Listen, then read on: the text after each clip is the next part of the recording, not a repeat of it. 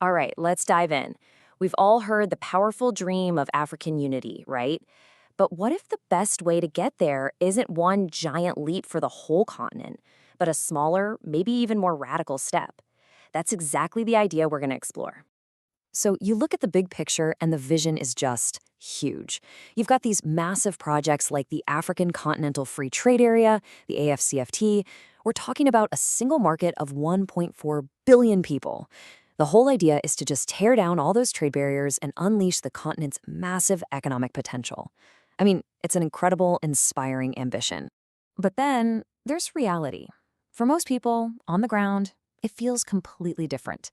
The borders, they're still very, very real. Trying to get a visa can be an absolute nightmare. A flight to a neighboring country might cost you more than flying to Europe.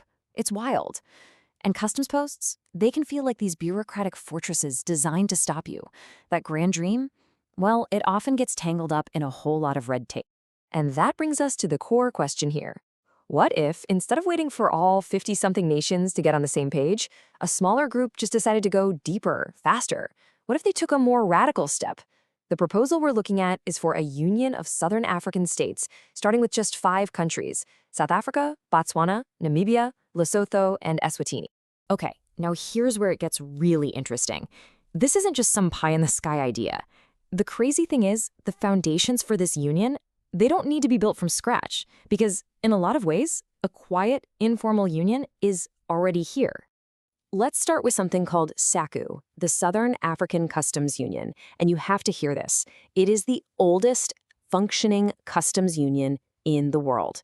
It was founded way back in 1910. Just let that sink in for a second. This thing has survived world wars, the end of colonialism, the entire apartheid era, and the birth of brand new nations. That kind of resilience is almost unheard of. It tells you there's a really deep, powerful logic holding this region together. This isn't some newfangled idea, it's a reality that's been working for over a century. So, what does SACU actually do? Well, think of it like this. These 5 countries basically act as one single territory for customs. Goods can move between them totally duty-free. They all charge the same taxes, the same tariffs on stuff coming from outside the bloc. And the money they collect from that, they share it. What's more, when it comes to big international trade talks, they often show up and negotiate as one solid bloc. And here is the absolute kicker. Get ready for this. More than 50% of all trade that happens between African countries happens right inside this little 5-country group. Let me say that again. Over half of it. It's like the quiet, hidden engine of trade on the continent. And believe me, it is already running at full steam. But wait, there's more. It's not just about trade. 4 of these 5 countries are also part of what's called the Common Monetary Area. That means the currencies in Namibia, Lesotho, and Eswatini are locked one-to-one with the South African rand. You basically already have a monetary union, which ties these economies together even more tightly. Okay, so you might be thinking, if they're already this connected, why bother making it official? And more importantly, how do you do that without creating some new, giant, overbearing superstate? Well, the answer comes down to one really important idea: governing from the bottom up. That key principle is called subsidiarity. It's a fancy word for a simple but really powerful idea. Power should always be held at the lowest, most local level possible. Decisions get made by the people they affect, and a higher authority only gets involved when it's absolutely 100% necessary. You can think of it as the main constitutional guardrail for this whole project. Now, of course, the devil is in the details, right? Figuring out what necessary actually means, that's where the tough politics come in. So let's break down how that would actually work. At the very top, you'd have the union level. It would only deal with the stuff that's truly shared. Things like trade policy, the currency, big infrastructure projects that cross borders. That's it. Step down, and you have the national governments. They keep control over all the really important domestic stuff: their own taxes, their education systems, their healthcare. And then, at the ground level, the most important level really, you have your local towns and communities handling day-to-day services. The idea is that the union supports, it never replaces. Okay, so that's the how, but what about the why? Why go through all this trouble? What's the actual payoff? Let's get into the promise of what a union like this could actually deliver. For starters, boom. You've suddenly got a single market of almost 70 million people. That makes the whole region way more attractive for investment. And instead of countries competing against each other, they could build these incredible integrated supply chains. Just imagine, green hydrogen from Namibia's deserts, powering factories in South Africa. As one bloc, they have so much more power negotiating trade deals with, say, the EU or China.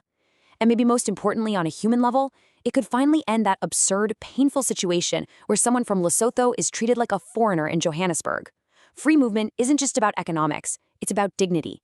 It's about recognizing that you're all in this together. Okay, but let's be real. This isn't some perfect fantasy. Any idea this big has to face up to the real-world problems, the fears, and the really tough questions that come along with it. And trust me, there are some big ones. Let's just name it the elephant in the room. It's South Africa, right? It's just so much bigger and more powerful economically than the others. So the number one fear by a long shot is that this union of Southern African states is just a fancy new name for South African domination. And this quote from the source material, from someone in Gaborone, Botswana, just hits the nail on the head. It's a raw, totally legitimate fear. It's rooted in history, and it's rooted in the economic reality of today. So you have to ask, is this just a power grab? Well, the people who support this idea say no, absolutely not. And their argument comes down to the design, the rules of the game. They say you'd build safeguards right into the union's constitution. You could have special voting rules, for example, that give the smaller states a much bigger say than their size would suggest. Remember subsidiarity? That principle strictly limits what the union can even touch. And in a system based on rules, not power, South Africa would be bound by those rules too. It couldn't just do whatever it wants. So we've seen the potential, and we've stared the problems right in the face. What's the bottom line here? Is this a real workable idea, or just something cooked up in a think tank? Maybe the best way to look at it is as a kind of incubator for hope. This really puts the whole debate in a nutshell. You've got the huge strengths, right? That deep connection that's already there with SACU and the CMA.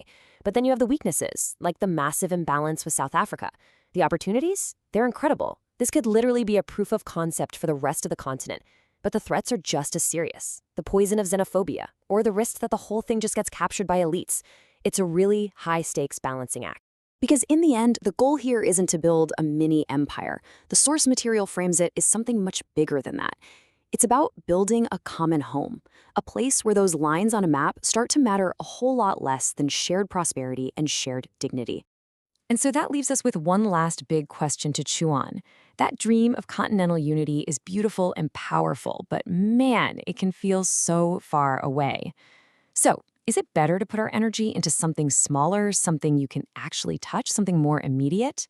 Is building hope on a human scale right here and right now a better way forward? That's the real question, isn't it?